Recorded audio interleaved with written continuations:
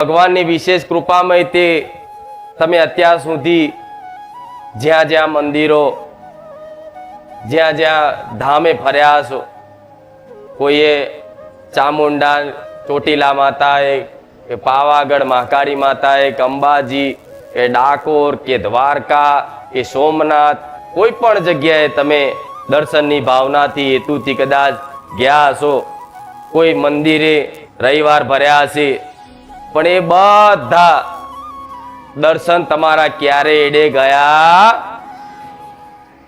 હનુમાનજીનો એક શનિવારે કર્યો હશે, કોઈ હનુમાનજી પર તેલ ચડાવ્યું હશે કે સિંદૂર ચડાવ્યું હશે, કોઈ પણ દેવી શક્તિ નાની મોટી મંદિર ડેરી વાળી કે મોટા મંદિર વાળી કોઈ પણ જગ્યાએ અમથા નમસ્કાર પ્રણામ કર્યા હશે ને, એ ક્યારે એડે જતા નથી.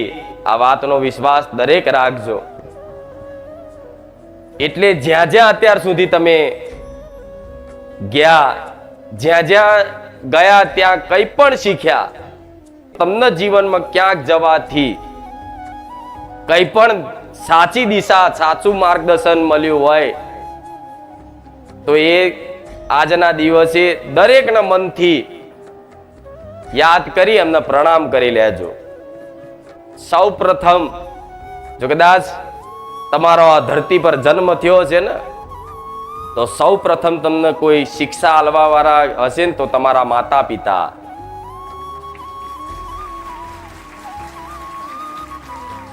કે જેણે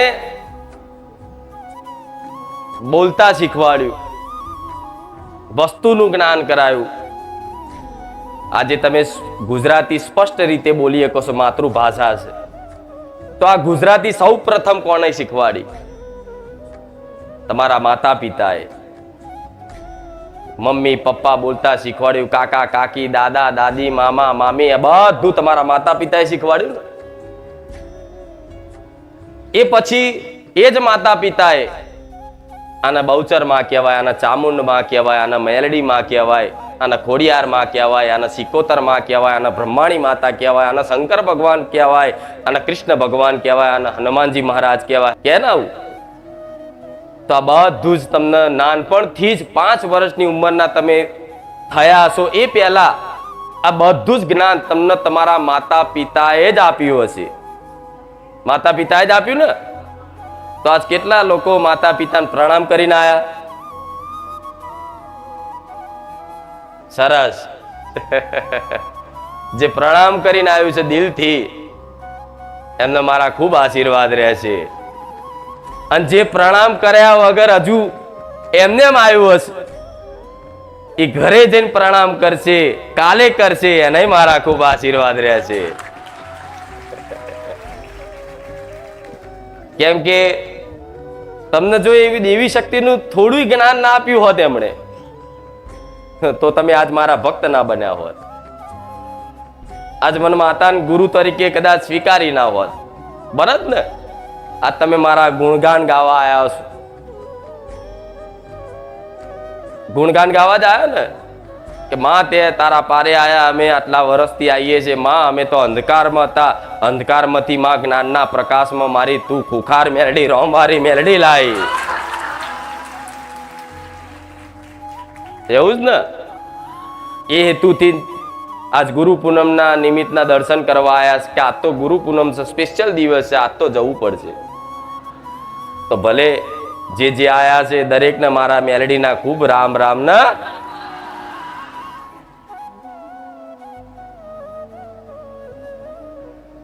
આજ રોમવારી મેલડી મળી, બારેજા ધોમવારી માતા મળી, અને દરેકને એક મારા ધામમાં આયા પછી મારે કહેવાની જરૂર નહીં. તમારી અંતર આત્મામાં પૂછજો કે પરિવર્તન જીવનમાં કેટલું આવ્યું કે નહીં? આખું જીવન પરિવર્તન થઈ ગયું. તો ભગવાનની માતાજીની તમારી કુળદેવીની વિશેષ કૃપા થઈ હોય ત્યારે જ ક્યાંક સાચું જ્ઞાન પ્રાપ્ત થાય. નહીં તો સંસાર તો જ્ઞાનનો ભંડાર છે. જ્ઞાન છે એટલું અજ્ઞાન છે. પણ આજે અજ્ઞાનની મહાનતા વધારે છે, અજ્ઞાન લોકોના ભરી ભરીને ભર્યું છે, ઠૂસી ઠૂસીને ભરેલું છે દિમાગમાં. એ અજ્ઞાનતાના કારણે કોઈ માતાજી ભગવાન પ્રત્યે કોઈ વિશ્વાસ રાખે છે, પણ જેટલો સંપૂર્ણ રીતે સમર્પણ ભાવ, પ્રેમ ભાવ જે માતાજી ભગવાનને જોતો હોય ને, એ આજના મનુષ્ય રાખતા નથી. એનું એક જ કારણ છે કે તમને અજ્ઞાનતા છે. તમારી જીવનમાં દેવી શક્તિ, ભગવાનનું તત્વ શું છે એનું સાચું જ્ઞાન નથી. એના કારણે તમને અધૂરો વિશ્વાસ જેવું લાગતું હોય. પણ જો કદાચ આજ મારા રામને તમારા વતી મારા ભગવાનને કગરીને પ્રાર્થના કરીશ કે હે રામ, આજ મારા ધામ આયેલા મારા મને જે દિલથી માને છે, મને જે દિલથી ચાહે છે, એવા દરેક ભાવિક મારા ભક્તો, વાલા ભક્તોની અંદર અજ્ઞાનતા દૂર કરી દેજો મારા નાથ. એમના જીવનમાં એક સાચી ભક્તિ પ્રદાન કરજો. એવું તમારા વતી મારા રામને પ્રાર્થના કરીશ. પણ અસલ લક્ષ્ય તમારું જીવનનું એ જ છે કે ભગવાનને પામી લો, માતાજીને પામી લો. અસલ જીવનનું સુખ કહેવાય તો એકમાત્ર ભક્તિ. ભક્તિ સિવાય તમે જે સુખની જે ચાહના આશા કરો છો કે એટલો બધો સુખી થઈ જાઓ, એટલો બધો સુખી થઈ જાઓ, જીવનમાં કોઈ માંગણી ના રહે, બસ મારું હૃદય તૃપ્ત થઈ જાય, એટલું બધું સુખનો ભંડાર જોઈએ મનુષ્યની અંદર. એમની આત્માની અંદર એક સુખની ભૂખ હોય. એ સુખ પાછળ તો જો રાત દાડો આખી દુનિયાની ગતિવિધિ બધી સુખ પાછળ જ જાઓ છો ને. કઈ પણ નોકરી ધંધો કઈ પણ કરો તમે સુખ માટે જ કરતા હશો. કોઈ ખાલી કોઈને મહેનત મજૂરી કોઈને કરવું ગમતું, પણ એ નોકરી ધંધો કરે, મજૂરી કરે, એ મજૂરી કર્યાનું વળતર જે પ્રમાણે એને મજૂરી કરી છે, જે પ્રમાણે એની નોકરી છે, એ પ્રમાણનું એને વળતર મળે. એ વળતરથી તમારા સાંસારિક જીવનની જે બી ચીજ વસ્તુ કદાચ અભાવ હોય એ તમે લાવો તો એનાથી તમને આનંદ મળે, સુખ મળે. પણ આ સુખ જે હું આપવા માંગુ છું એ એવું અદ્ભુત સુખ છે, એવું અલૌકિક સુખ છે, એક વખત પ્રાપ્ત થઈ ગયું ને ક્યારે તમને ભૂખ નહીં લાગવા દો. આવું માતા બોલું. એ અદ્ભુત સુખ છે, એ અદ્ભુત આનંદ છે, પરમાનંદ છે. એ દેવી શક્તિના શરણમાં, ભગવાનના શરણમાં છે. પણ આજ મનુષ્યને ભગવાન માતાજી જોડે મંદિરે જાય, એના ધામે જાય, એના દરબારમાં જાય, એના સમક્ષ જાય, તેને એવી પ્રાર્થના કરશે કે માં, અમારા બધી ચીજ વસ્તુ અમારા જીવનમાં આવી જાય, ગાડી આવી જાય, ઘર આવી જાય, બંગલો થઈ જાય, આ થઈ જાય, પેલી નોકરી મળી જાય, આ મળી જાય, તે મળી જાય. મૂળ તમે સુખ માટે જે બધું માગો છો, મૂળ સુખ માટે જ માગો છો ને, કે આ કંઈક કરતા કંઈક આ પ્રાપ્ત થઈ જાય, માતાજીની કૃપા થઈ જાય, હું સુખી થઈ જાઉં. મૂળ તમને અંદર ચાહના સુખની છે, બરોબર ને? એટલે તમે માતાજી આગળ ગાડી માગો છો, બંગલા માગો છો, માન સન્માન માગો છો, ઇજ્જત માગો છો, સમાજમાં મોટું નામ થઈ જાય એવી કામનાઓ કરો છો ને. એ ભાવનાથી જ દરેક જતા, દરેકના અલગ અલગ સમસ્યા છે, પણ મૂળ ઉદ્દેશ એક જ, સુખ. પણ એ સુખ ખરેખરમાં ગાડી બંગલામાં તો તમે માગો, બરોબર છે, ના નહીં, માતા બેઠી છે. તમે જે માગશો, જે પ્રમાણે તમે અનુષ્ઠાન કર્યા હશે, જે પ્રમાણની તમારી ભક્તિ ભાવ હશે, જે પ્રમાણનું તમારું સમર્પણ હશે, એ પ્રમાણનું કોઈ પણ દેવી શક્તિ ક્યારે એ ભક્તની વાત નકારતી નથી. એને ગાડી જોતી હશે તો ગાડી સમયે લાયેલ છે, ઘર જોતું હોય તો ઘરે લાયેલ છે. જે બી એની અંદર કામનાઓ, ઈચ્છાઓ હારી હોય, ન્યાયયુક્ત હોય, એ તમારી કામનાઓથી કોઈ બીજાને તકલીફ ના પડતી હોય, તમારા એ કામનાથી કોઈને દુઃખ ના થતું હોય, તો માતાજીએ તમામ મનોકામના પૂર્ણ કરવા વાળી દેવી શક્તિ કહેવાય. પણ તમે મંદિરે જાઓ, માતાજીની સમક્ષ જાઓ એટલે એક જ પ્રાર્થના કરો છો કે માં સુખ શાંતિ આપજે. શું પ્રાર્થના કરો છો તમે? માં, તારા ધામમાં આયા છે, તારા વખાણ બહુ સાંભળ્યા અમે, તારા ગુણગાન બધી જગ્યાએ બહુ સાંભળ્યા, તારી મહિમા અમે બહુ સાંભળી. માં, આ તારી મહિમા સાંભળી, તારા ગુણગાન સાંભળી માં તારા ધામે આયા છે. કોઈ કે પહેલો રવિવાર છે, કોઈ કે 5મો રવિવાર છે, કોઈ 7મો રવિવાર, કોઈ 11મો રવિવાર, કોઈ વર્ષથી 2 વર્ષથી, પણ મૂળ પ્રાર્થના આવો કે માં તારા ધામે આયા છે. તો તમે શું માગો? માં સુખ શાંતિ આપજે. શું માગો છો? પહેલો શબ્દ આવો જ હશે, પછી ભલે બીજી 10 માગણીઓ પાછળથી કરો, પણ પહેલો શબ્દ તમારો કે માં સુખ શાંતિ આપજો, અમારા પરિવારમાં સુખ શાંતિ બની રહે એવી પ્રાર્થના માં કરું છું. પછી માગશે બીજું બધું કે માં મારા આ થઈ જાય, લોન થઈ જાય, પેલું થઈ જાય. પછી માગો ને, પહેલા તો શું માગો? સુખ અને શાંતિ. અને દેવી શક્તિ હંમેશા પહેલો બોલ જ ઝીલે. શું કહું છું સાંભળો છો ધોનથી? હો, દેવી શક્તિ કોઈ પણ ભગવાન છે કે માતાજી છે, કોઈ પણ ભક્તનો પહેલો શબ્દ એ સાંભળે. બીજાના હોવા પાછળથી તમે પ્રાર્થના કરો એ બેકાર. આ શું ખોટું? કોઈ પણ મંદિરે જાઓ, પહેલી જે પ્રાર્થના થાય અંદર એ દેવી શક્તિ સાંભળી લેતી હોય છે. પાછળથી જે બોલો બબડો એ બધું તો જાય હવામાં. તો પહેલો શબ્દ તમારો શું હશે? માં સુખ અને શાંતિ આપજે. બરોબર? તો એ તમારો બોલ પકડી લીધો મેં કે તમે સુખ અને શાંતિ મારી જોડે માગીશ. તો દીકરાઓ, હું ખાલી આ સાંસારિક સુખ નહીં, આ સાંસારિક સુખમય તે શાંતિ મળે એવું સુખ આલે. તમે કામના કરો છો સાંસારિક સુખની, પણ એ સાંસારિક સુખ ભોગતા ભોગતા આખો જગત ભોગવો છે ને. એ સાંસારિક ભોગની તમે કામના કરો છો, એ સાંસારિક ભોગ આખો જગત ભોગવે છે, છતાં એમનો શાંતિ મળે છે? નથી મળતી. પૈસા વાળા જોઈ લો, અમીર કરોડપતિ જોઈ લો, મોટા પદ અધિકારી જોઈ લો, કોઈ મોટો કઈ પણ મોટો પદ વાળો વ્યક્તિ હશે જેનું આખા ભારત દેશમાં નામ હશે, એવા વ્યક્તિની અંદર તમે એવું માનતા હોય કે સુખ શાંતિ? ના, ખાલી સુખ દેખાય છે, શાંતિ કોઈના જીવનમાં નથી. પણ જો મારી જોડે તમે માગ્યું છે સુખ શાંતિ, તો જો લગીન તમારા જીવનમાં સુખ અને શાંતિ ના આવી જાય તો લગીન હું મેલેડી જપીશ નહીં. કેમ કે તમે એક વખત મને માતાને કદાચ સ્વીકારી લીધી કે માં જગત ફર્યા, પણ માં તારા પારે આવીને અમને કઈક આત્મ સંતોષ થયો છે. જેમ કે જેની વર્ષોથી તમે રાહ જોતા હોય, આજ 4-5 રવિવાર કદાચ દર્શન ના થયા તો જાણે વર્ષો વીતી ગયા એવું લાગતું હશે. જાણે પાણીના પ્યાસાને પાણીની ધારો મળી આજે.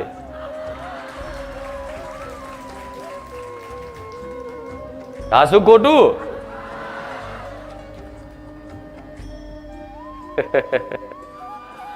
પેલું ગીત ને, પાણી કે પ્યાસે કો જૈસે અમૃત પિલાયા.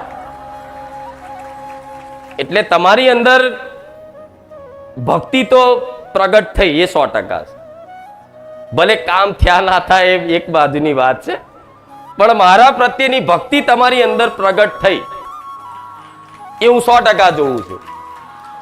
કેમ કે આજ ગુરુ પૂનમના દિવસે ભલે માતાજી આવશે કે નહીં આવે એની ચિંતા રાખ્યા વગર અમારે ગુરુ પૂનમ છે, આજ માતાના દર્શન કરવા જ પડે. દર્શન ક્યારે એડે જશે? પણ હવે તમે માગ્યું છે સુખ શાંતિ, તો સુખ શાંતિ માટે થોડી મારે તે પ્રોસેસ હોય ને. આ શું ખોટું? એમને સીધું સીધું મળી પ્રોસેસ. કોઈ પણ વસ્તુ જો એની પ્રોસેસ હશે, એના નિયમ હશે, નિયમ પ્રમાણે કામ કરે તારે એ વસ્તુ બને. સાચું ખોટું? કોઈ પણ તમે ઘેર દીકરીઓ કદાચ ભોજન બનાવતી હોય તો એમાં નિયમ હોય ને, દાળ ભાત બનાવવામાં કે આટલું ઉકાળવાનું ના તે, પછી મીઠું આટલું નાખવાનું, પ્રક્રિયા કહેવાય ને, શું કહેવાય? નિયમ. એ નિયમથી બનાવે તો વ્યવસ્થિત દાળ બને, તો સ્વાદમય આવે. આડેધડ ઓખો બંધ કરી નાખી દે તો દાળમાં ભલી વાર આવે? ઘેર બોલે તમને ઠપકો ભરવો પડે કે આવી ચેવી બનાવ્યું ખાવા. હા શું ખોટું? એટલે કોઈ પણ વસ્તુની પ્રક્રિયા હોય. એવી રીતે તમે મારી જોડે સુખ શાંતિ માગો છો તો હું સુખ શાંતિ આપવા જ બેઠી છું. મારો દરબાર એવો છે, મારા ધામમાં કદાચ આવીને આમ થાય વિશ્વાસથી ખાલી આવશે, શ્રદ્ધાથી આવશે એને મારી કૃપા દ્રષ્ટિ ફળશે, વિશ્વાસ રાખજો. અને કંઈક લાખો લોકોને ફળી છે, એ મારા ગુણગાન કહેવાની જરૂર નહીં, દુનિયા ગુણગાન ગાઈશ, મારે કહેવાની જરૂર નહીં, બધાને ખબર જ છે. પણ જે સુખ શાંતિ માગો છો એના માટેની થોડી પ્રોસેસ, થોડી પ્રક્રિયા, થોડા નિયમો મારા જે બતાવેલા છે એ જીવનમાં અમલ કરવાની ખાલી કોશિશ કરશો ને તો હું બેઠી છું. હું નહીં કહેતી સંપૂર્ણ તમે નિયમ બદ્ધ થઈ જાઓ, નિયમ પાક્કા પાડતા થઈ જાઓ, બધી રીતે તમે ધાર્મિક થઈ જાઓ. ના, આ સમય આ સમયમાં કદાચ ધાર્મિક દેખાવ તો કદાચ કરીએ કે માણસ ચાંદલો કરીએ કે માળા પહેરીએ કે કોઈ એવા ધાર્મિક કપડા પહેરવેશ પહેરીએ કે, પણ ધાર્મિક તમારું મન, તમારું ચિંતન થઈ જાય તારે મારી વિશેષ કૃપા ફળે એવું માનજો. તો તમે આટલા સમયથી મારા ધામમાં જોડાયા હશો, કોઈ 2 વર્ષ 3 વર્ષ, હું વધારે જોઉં છું તો આ બધા 2 વર્ષ ને 5 3 વર્ષ વાળા બેઠા છે. તો આજના દિવસે શાંતિથી એ વિચારજો કે માં, આજથી 1 વર્ષ પહેલા અમે તને ઓળખતા, તારા ધામમાં આવતા, તારું નામય સાંભળ્યું, પણ માં 1 વર્ષ પહેલાનું કદાચ હું વિચાર કરવા જાઉં ને તો બેઠા બેઠા ખાલી વિચાર કરજો કે જ્યારથી મારા ધામમાં તમે આયા અને એ મારા ધામમાં આયા પહેલાનું તમારું જીવન શું હતું. બધાને ખબર છે ને શું હતું? અને મારા ધામ સાથે જોડાયા પછી અત્યારે હાલ તમારું જીવન શું છે? જો કદાચ કોઈની પ્રવચન, કોઈના ઉપદેશ, કોઈની વાણી સાંભળવાથી તમારી અંતરાત્મામાં, તમારા મનના વિચારોમાં, તમારા ચરિત્રમાં જો કદાચ ધીરે ધીરે ધીરે ધીરે બદલાવ આવતો અનુભવ થતો હોય ને તો સમજી લેજો એ જ તમારા અસલ ગુરુ હશે. હું નથી કહેતી કે તમે મને માનો, હું નથી કહેતી કે તમે મારી દીક્ષા લો, મને માનો, બીજા કોઈ નહીં. ના, પણ હું તમને એક માર્ગદર્શન આલું છું કે જેને સાંભળવાથી, જેના દર્શન કરવાથી તમારા જીવનમાં શારીરિક, માનસિક, ગમે તે રીતે બધી કદાચ બદલાવ ધીરે ધીરે ધીરે ધીરે ધીરે થતો અનુભવ થતો હોય ને તો એ તમે સમર્પણ ભાવ કરી દેજો મનથી. જો કદાચ સાક્ષાત કદાચ મારા રોમના દર્શન કરવા હોય તોય કરાવીશ ને, તમારી ચામુંડ મહાકાળી ના કરાવવા તોય કરાવીશ. તમે ઈચ્છો કે માં મારી માતાના દર્શન કરવા છે, માં મારી માતાને જોવીશ, માં મારા માતાનો પ્રેમ જોવીશ, માં મારી માતાની કૃપા જોવીશ, જો બધો અનુભવ ના કરાવું મને કહેજો. હું તમને નહીં માળા પહેરાવું કે નહીં કંઠી પહેરાવું કે નહીં તમને પરાણે બાંધું કે લો આજથી તમે મારા શિષ્યો ને હું તમારી ગુરુ. ના, હું તો એવું કહીશ કે હું જે શીખવાડું છું, જે હું પ્રવચનમાં તમને ઉપદેશ આલું છું, માર્ગદર્શન આલું છું, સલાહ આલું છું, એ તમને સારી લાગે તો ગ્રહણ કરી લો, ના સારી લાગે તો ના કરતા. જે વાત સારી લાગે ગ્રહણ કરી લો, જે વાત સારી ના લાગે એને ગ્રહણ ના કરશો.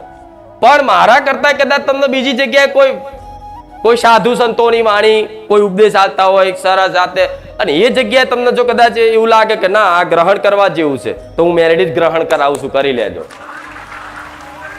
સમજ પડી ને હું શું કહેવા માંગુ? કેમ કે હું રોજે રોજ હું અહીં બેહીને ઉપદેશ આલી શકતી, રોજે રોજ મારે તો નવું ઉપદેશ, નવું જ્ઞાન, દરેકના અનુભવ મારે જણાવવા છે, બધી વાતો કરવી છે, પણ એટલો સમય હોય તો એટલી વ્યવસ્થા થતી નથી. એટલે આજે કદાચ તમને કોઈ ભગવદ્ ગીતા વાંચવાનું મન થાય, કૃષ્ણ લીલા જોવાનું કદાચ મન થાય, કોઈ મહાભારત કે રામાયણ જેવા કદાચ જે મોબાઈલમાં આવતા હોય કે સાંભળવા મળતા હોય, પણ જો એની ઈચ્છા થતી હોય, કોઈ પણ સિદ્ધ મહાપુરુષ હોય, સંત હોય, એની વાણીનો પ્રભાવ તમારા જીવનમાં પડતો હોય અને તમને ગ્રહણ થતું હોય ને તો તમે એવું માની લેજો કે હું રોમવાળી મેલડી અંદરથી ગ્રહણ કરાવું. એ મારી લીલા છે, એ મારી કૃપા છે. જેમ કે મારે તો હું એવું ક્યારેય નહીં કહું કે મેં તમને જે શીખવાડ્યું છે, મેં તમને જે આપ્યું છે એનો મારો આભાર માનો. જો આ તો ખરેખરમાં તમે જોવા જઈએ તો આભાર માનવા આવ્યા હશો. માં તારો આભાર આભાર. પણ હાચી વાત કહું, જો તમે મારો આભાર માનો ને તો મને માતાને છે ને હૃદયમાં દુઃખ લાગશે. સમ આભાર પારકાનો મનાય, પોતાનાનો નહીં.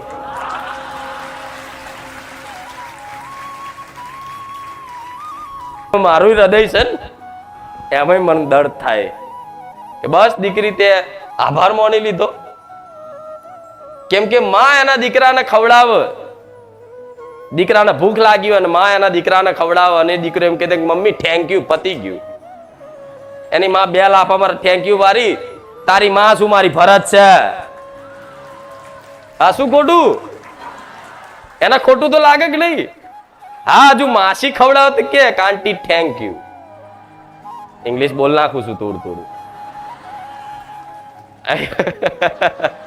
તો કે આ પાછા ભાષા થોડી સમજે એવા છો એટલે માસી ખવડાવે, કાકી ખવડાવે, તમે કહો કે આભાર કાકી, તો કે હા. પોતાની માં ને એવું કહો કે આભાર, પોતાના બાપ ને એવું કહો કે આભાર, તો બાપ શું વિચારે? આભાર શું માથે પડ્યો છે, મારે રાખવો જ પડશે ને ખવડાવવો જ પડશે. તો બધા માથે પડેલા છે તો મારા થોડી આભાર વાપરવાનું રહેશે. હા, શું ખોટું? પૂરેપૂરા માથે પડેલા મતલબ સમર્પણ ભાવ. માથે પડેલા મતલબ સમર્પણ ભાવ. અમારથી કઈ થાય એવું તું જોડન તારો રોમ જોડ. હા, શું ખોટું? હા, એટલે એવા સમર્પણ કરેલા ભક્તો છે ને એના માટે તો બેઠી જ છું. જે સમર્પણ ભાવથી કદાચ મનથી જેને મને યાદ કર્યા વગર ચાલે નહીં, જેને મને જોયા વગર ચાલે નહીં, મને સાંભળ્યા વગર ચાલે નહીં, એના માટે તો હાજરા હજુર અતિ શું અને રહીશ. હવે તો હું તો એવું કહું છું, તમે મને યાદ ના કરતા.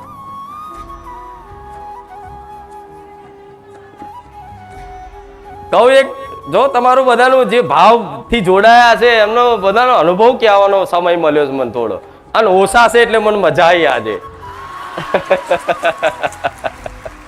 એવું નહીં કે બધા વધારે આવે છે તું કંટાળું છું, ના. પણ આ જે માહોલ ભલે નહીં બનતો એનું કારણ છે કે અવાજ બખારા કોઈ નવા આવે અને ઉતાવળિયા આવે, જાણે કે હા અહીં તો ખોણ છે, લૂંટો, આગા જાઓ ભાઈ હું આવ્યો છું. એવાના લીધે નહીં મજા આવતી. ઉતાવળ્યા નહીં, શાંતિથી ધીરજથી આવે. ભલે પાછળ બેઠા હોય પણ પાછળ વાળાને અહીં બેઠી બેઠી નજર નાખું છું. હવે તમે મને યાદ નહીં કરો તોય. હેલો મિત્રો, સ્વાગત છે તમારો આજના આપણા નવા વિડીયોમાં.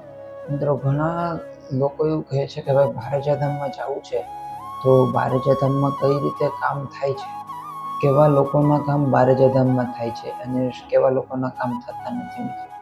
તો મિત્રો, બારેજાધામમાં કોઈ પણ પ્રકારની નાત જાતના ભેદભાવ રાખવામાં આવતો નથી. લાખો શ્રદ્ધાળુઓના કામ થઈ જાય છે. પછી તે કોઈ પણ ઊંચી જ્ઞાતિ નીચી જ્ઞાતિ ત્યાં જોવામાં આવતી નથી. મિત્રો, કોઈ પણ શ્રદ્ધાળુ હોય મિત્રો તો બધાને સરખા આંકવામાં આવે છે. કોઈ અમીર ગરીબનો ભેદ રાખવામાં આવતો નથી. બારેજાધામમાં લાખો શ્રદ્ધાળુઓ માળીના પ્રવચન સાંભળવા માટે આવતા હોય છે.